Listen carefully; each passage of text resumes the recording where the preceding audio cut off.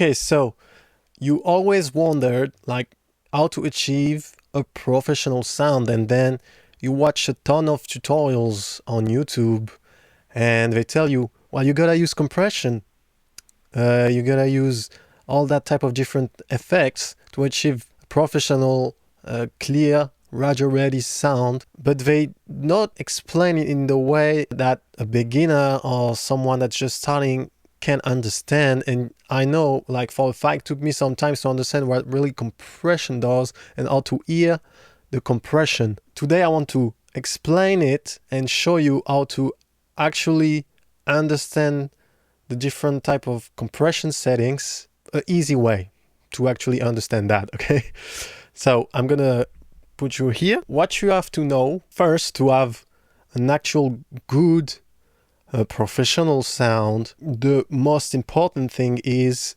the recording. Okay, you can have the best plugin, the best analog gear.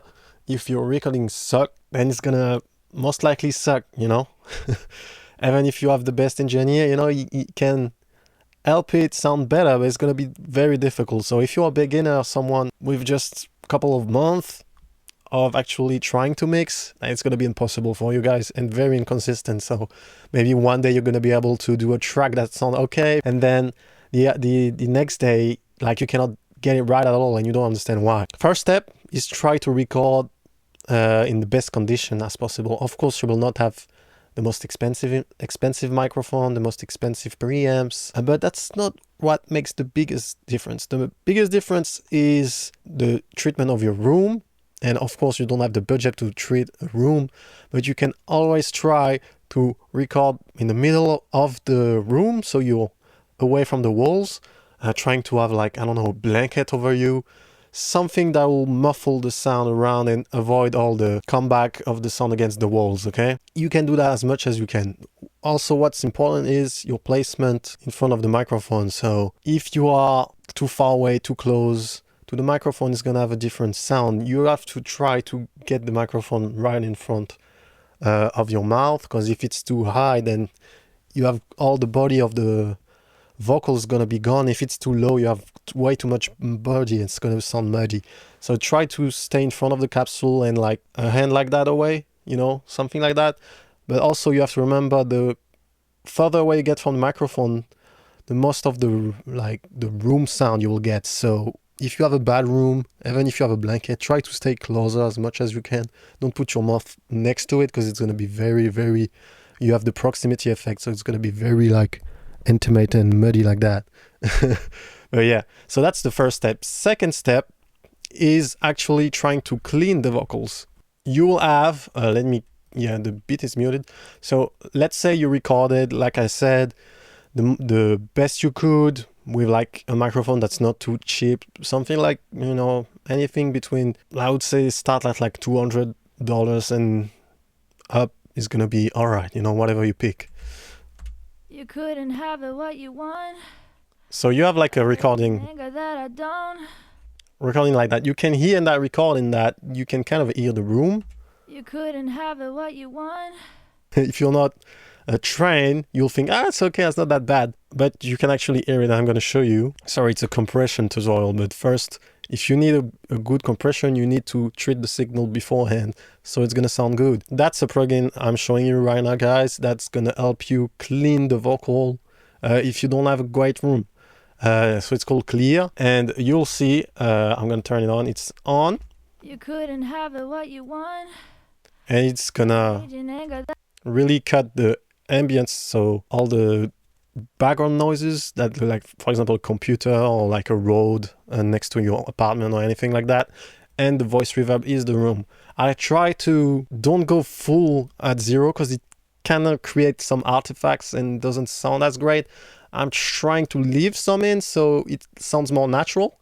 But yeah, if I turn it on and off, you'll see the difference. You couldn't have it what you want. So it's on now. It's off. A raging anger that I don't look like the shit that you had. It cleaned the vocals a lot. And that's the best plugin that does that. I found. I've tried different options from Waves, and really Clear is the best one. So once you have cleaned your vocal like that, you'll need to edit the vocal. So you have to make sure, for example, like here, for example, there's like a big void, a big inspiration, and you might don't want that in the track. Depends on the context. Right now there's no beat behind, of course, but usually it's good to cut some of them. Okay, you just have to listen in context, sorry. And you'll try to do fade in and fade out like that. So we come back here. See, I'm gonna make it a little longer so it sounds a little more natural. Ah, my bad. See? Don't need of that.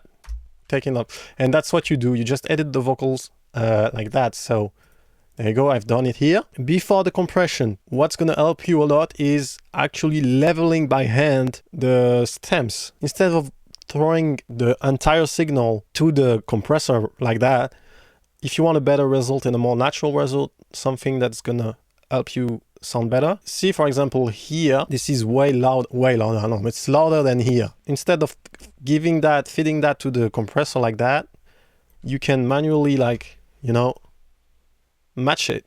Okay, but it's gonna take a long time and it's really annoying, right? So there is a way to do it that I like to do it, is using Melodyne. So if you have Melodyne, that's good. You use Melodyne, okay, and you're gonna just use that option, and this is gonna make the quiet part louder and the loud part quieter. It's basically leveling everything like that automatically, really fast. Okay, it's a nice trick to know. So now that you have leveled your vocals, we can start actually talking about the compression. So we have a different type of compression. You have the opto, which is light going through a sensor system. Okay, the most famous compressor like that is LA2A. I'm sure you guys know that one. You have different type of plugin. I like the one from UAD. Really simple compressor, okay? You don't have any attack and release options, so you can only decide how much you like the threshold, basically. You also have a limit mode, so you can, like, it's the ratio that's going to be way higher. You couldn't have it what you want. So right now it's not picking any signal right now. So you have to what you want. A raging anger that I don't. Augment the peak reduction, okay? You couldn't have it what you want. Add more peak reduction. You can also add gain, so you can reducing like 1 dB, so you can add 1 dB back on the output. A raging anger that I don't. Basically, it's the output signal of the LA2A, and this is the threshold. You couldn't have it what you want. A raging anger. An opto compressor, is usually very smooth, very natural sounding, pretty slow attack, slow release incorporated in it. You cannot change it, and it's usually pretty transparent and musical, and really good on slower BPM singing part, you know, or you don't have to catch really fast peaks. So that's the use of LA2A, okay? You have other type of compressor. The other famous type of compressor that a lot of people know about is the 1176. That is a FET style compressor, A FET style compressor is basically through transistors, okay? And it's really, really fast, okay? The 1176, for example, this is the white face. So it's different, a little brighter than the other ones. It's really fast, and the controls are reversed. So the attack and release settings are kind of weird. It's a weird design. So if you go to actually 7, that's going to be the fastest, okay? And if you go to 1, that's going to be the slowest. You cannot really control the threshold manually, okay? You have to use the input and the output. You couldn't have it what you want. A raging anger that. So you're going to put the signal louder in the input and match it on the output. You couldn't have it what you want. A raging anger that I don't. To get the amount of gain reduction you need. You also have the VCAs, who, like, it's voltage control circuits, okay? So it's like the SSLs, the DBX type of compressor, okay? It's pretty like, it's not usually used on vocals. It's more transparent, I would say. It's a bit more boring, and it's usually used on masters more, or drums. Not all the time on vocals, but it can be used on vocals, of course. And then you have the Vari-Mu, which are basically controlled by tubes. So it's known for like vintage sound, like that analog warmth. It's the Vari-Mu, the famous compressor that is a Vari-Mu. Of course, if you go in UAD, and you also do UAD-X, it is, where is it? Well, you have the Manley, for example, which is a Vari-Mu. But you have, of course, the Fairchild, okay? The Fairchild is a Vari-Mu. And those compressors are known to be very warm. And they add body. If you feel like your voice is too thin, it doesn't really have that body, you can add a Vari-Mu compressor to add more warmth, more body to your voice, okay? It's gonna help. So now you're going to tell me, I know all the type of compressor, what they are good at, okay? So the LA2A is good for slow, natural singing, slow BPM. The 1176 is good for faster BPM, catching fast picks or rap vocals. Then that's good for that. And then you have the Vari-Mu, okay? We had like that warmth, that harmonics. And the more you're gonna feed the Vari-Mu signal, like the stronger you get in a Vari-Mu compressor, the more harmonics, the more effects you will get from that analog, because it's a plugin, it's not the real thing, but it's trying to emulate it. The more you fit it, the more of a drastic effect you will get, okay? Now, let me use a fully digital, not emulated, very transparent, completely clean.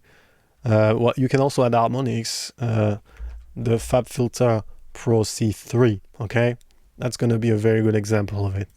So right now it's on clean, okay? You can add, like all the Vari-Mu, the Opto, but let it get clean. How do you know to set up the compressor, okay? So basically, the thing that you want to remember on a compressor is the slower the release is, the further away the vocal will be in the mix.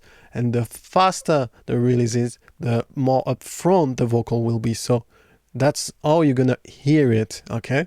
And the attack on the other end is the faster the attack will be, the less punchy the vocal will be, okay? So that's how you're gonna hear it. Let's have an example, okay? I'll add the bit in context. You also want to understand the ratio and the threshold, but basically to set the threshold, you're just gonna play your track, and you want to put down the thresholds until you see on the meter here that the compressor is catching signal, okay? You couldn't have it what you want. So now you see like it's catching 3 dB of gain reduction, okay? Let's start with that. We'll then adjust the threshold after. The ratio on the other end is how strong you want the effect to be. How to explain it? It's gonna be more drastic, okay? So if you want to be... See how it also affect the gain reduction of it? You couldn't have it what you want. So we are at 3.3. If I go to 1.4, for example, you see we are 1.2 of gain reduction. So the threshold and the ratio, they go end to end together, but it's also going to affect the sound different. Not everything is in the gain reduction. So for example, a limiter is going to be ratio infinite, okay?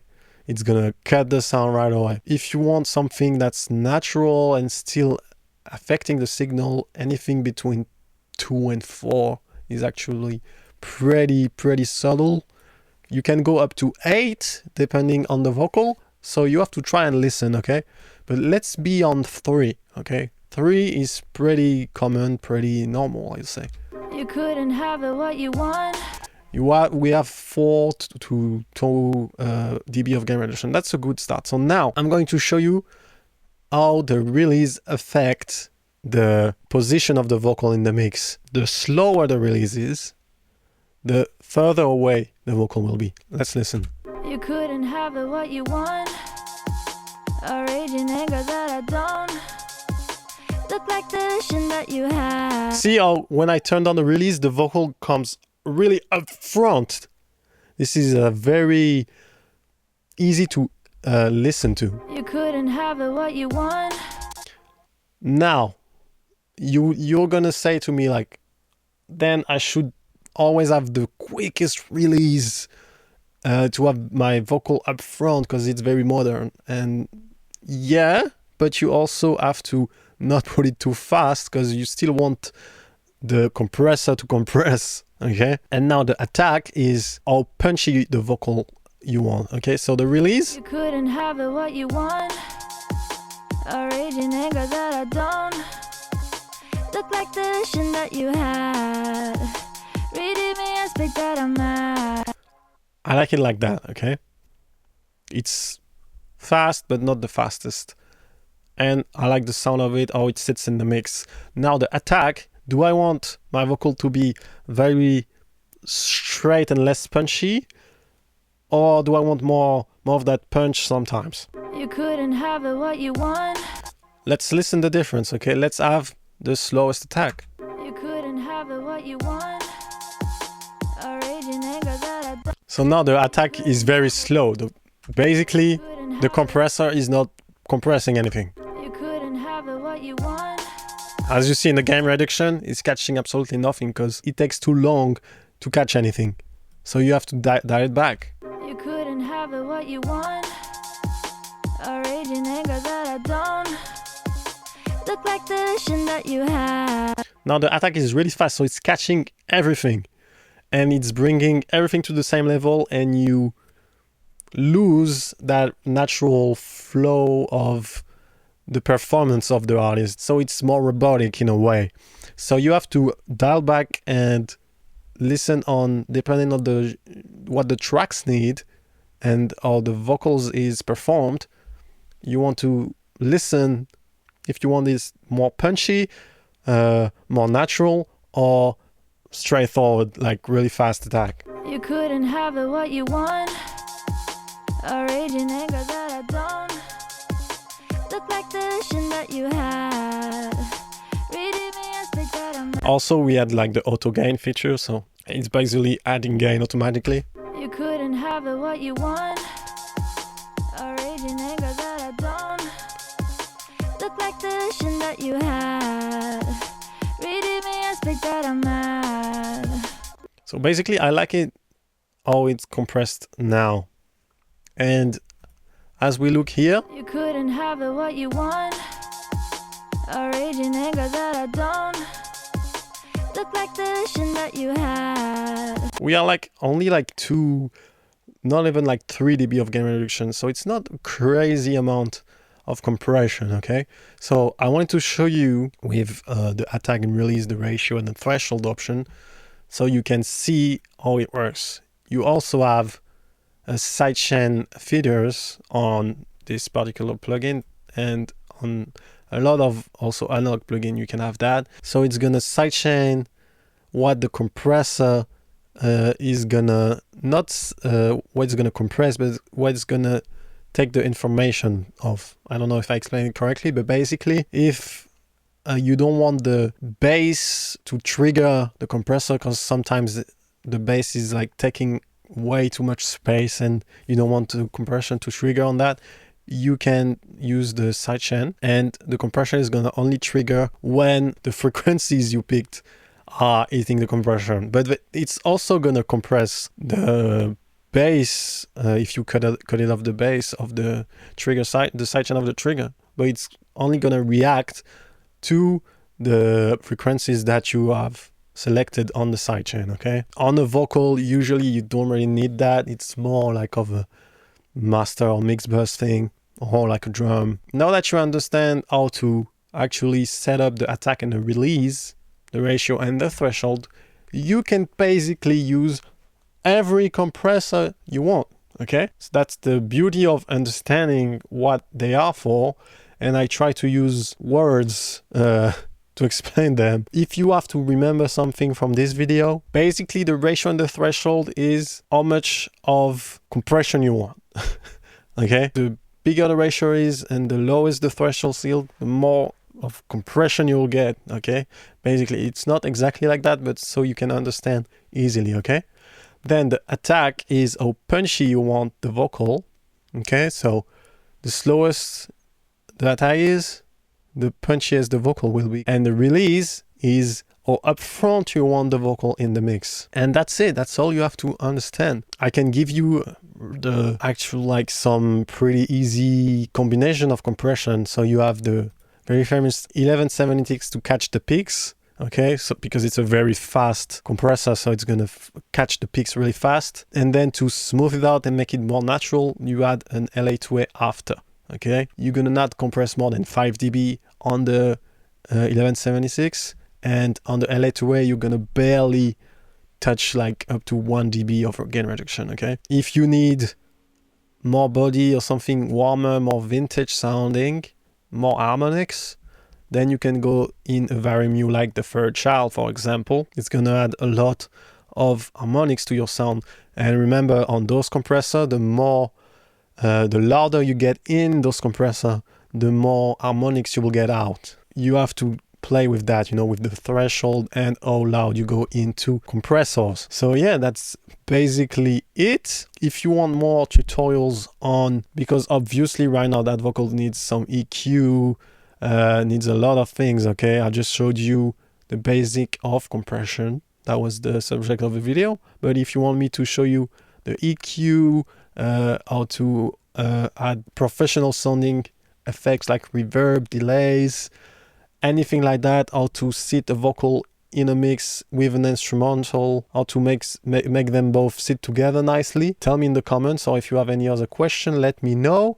Have a great day, guys. Don't forget to subscribe to not miss any other tutorials, and like if you learned something today. And yeah, have a good one. See you in a couple of days, guys. Bye.